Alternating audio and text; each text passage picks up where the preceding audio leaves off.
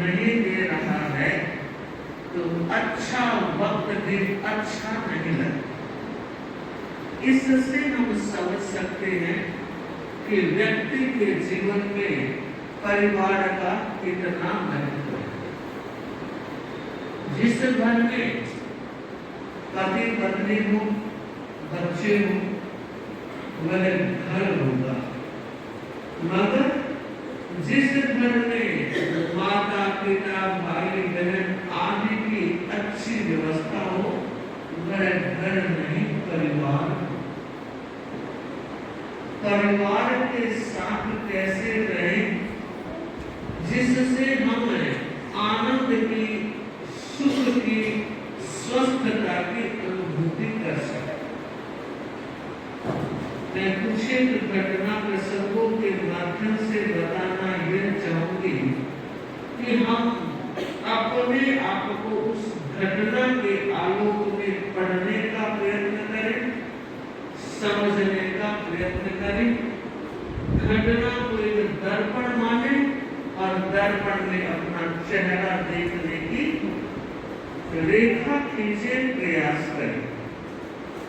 बात उस वक्त की है, संवाद भेजा था कि अब हम लक्ष्मण सीता के साथ अयोध्या आ रहे हैं।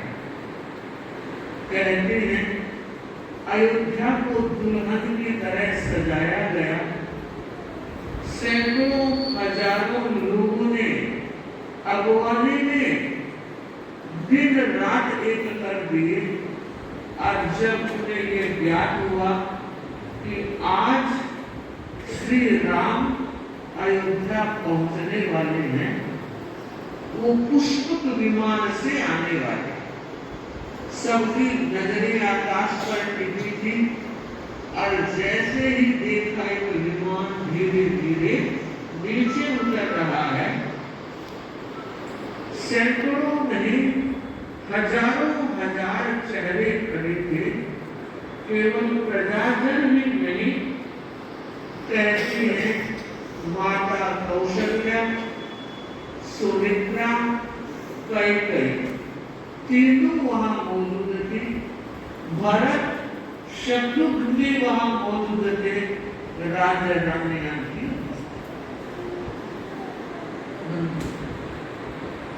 जब राम नीचे उतरते हैं और देखते हैं कि तीनों माताएं खड़ी।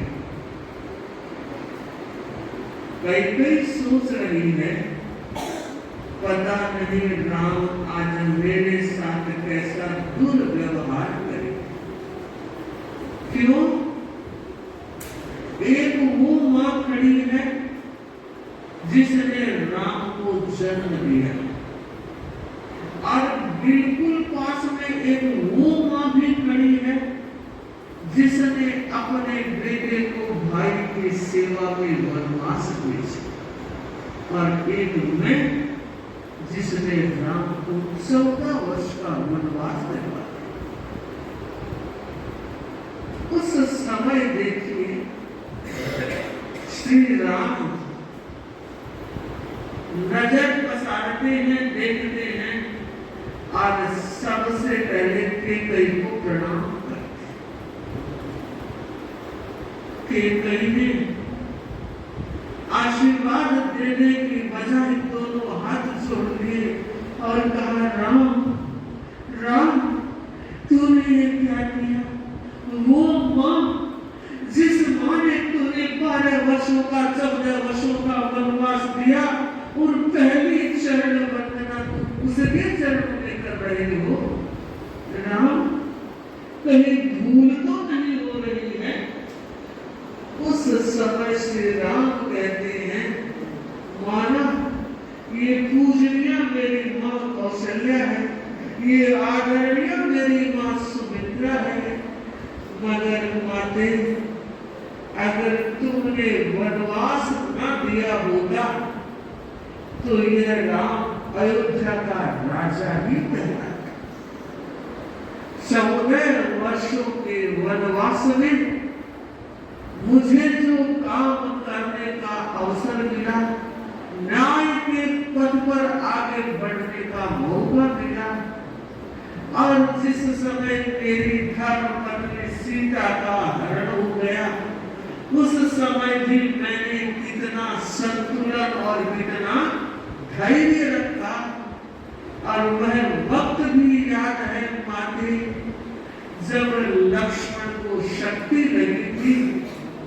उस समय मुझे नहीं मालूम मेरे भीतर किस तरह का ज्वार खड़ा हो रहा था।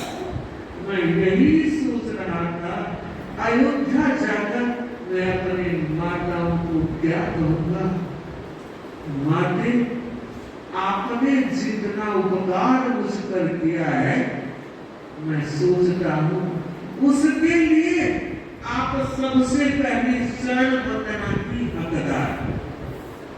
बंधु, मैं आप लोगों से कहना चाहूंगी, परिवार में रहते हुए कभी कोई हमें कुछ गलत बात भी कह देता है, ऐसे चुभते हुए शब्द भी कोई बोल देता है जो हमारे दिल को ताड़-ताड़ कर देते हैं। कभी कभी कोई व्यक्ति परिवार का हमारे प्रतिकूल व्यवहार भी कर लेता है।